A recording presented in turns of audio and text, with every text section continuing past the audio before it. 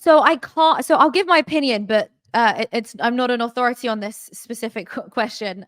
Given I'm not American, obviously. But I think it will hurt. I don't know. I think it will probably hurt Trump more. I think, but I could be wrong. I don't know. People might have a different opinion. Feel free to let us know in the chat. The reason I say Trump more is because I feel that there's more of a crossover of voters between Trump and RFK. I just don't think there's a crossover of voters between. I know he's a Democrat and Biden's a Democrat, but like in name only.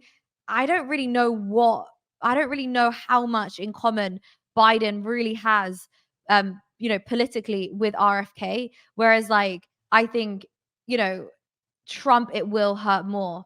Trump never really spoke out against the medicines, like we mentioned. Whereas, so RFK is going to steal that fan base. He's going to steal the fan base of just like normal people who want to see like a normal society and somebody talking about normal things and not talking about woke culture, not talking in riddles like Trump does. I think it will hurt Trump more, but again, I'm not an authority on it. What's your take, Kevin?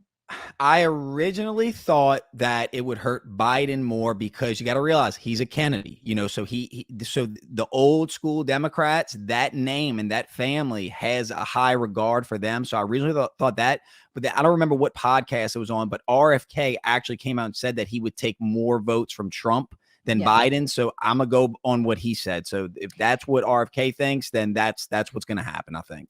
Well, that's interesting. I haven't seen that podcast, but it's probably from the same reasoning that I just gave. Because when I think about it, you just said earlier, I don't know when the Democrats became the party of war, but you have to understand that, like, as the years go by, these parties, they turn into completely different things. Even it's the same in England, like the Labour Party, just the left-wing parties. They used to be the party of the hardworking people, the normal hardworking people that just, are trying to survive every day, want to put in the hard work and just get some good money at the end of it. And then the right wing used to be like more like an elitist party. They wanted just to conserve culture, and they didn't want to give anyone the upper hand or whatever it was. But they've switched. They've really, really switched. To be left wing now sort of means you're more sort of like, you're more socialist, which tends to mean you really, it's like champagne socialism, people with money that are bored and create all these fake problems like climate change and several genders and things like that. Whereas the party of the right now are the people who just want to like put in good value into society and get something back.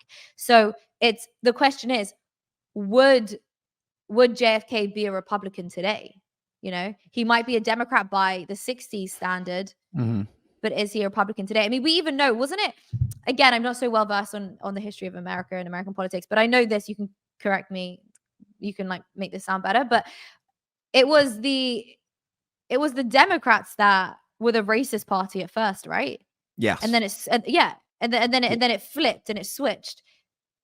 Here's a stat for you. No, and this is verifiably true. No Republican owned a slave. And for anyone listening, I'm not a Republican. I'm not a Democrat. I'm not an independent. I have no party. But yes, there's people that'll go back and forth that the party switch and all this. People can believe what they can want to believe. You can look up the history yourself. But no, the Democrats, Martin Luther King Jr. was a Republican. Like, come on, man. Yeah. So Abraham Lincoln, Republican, freed the slaves.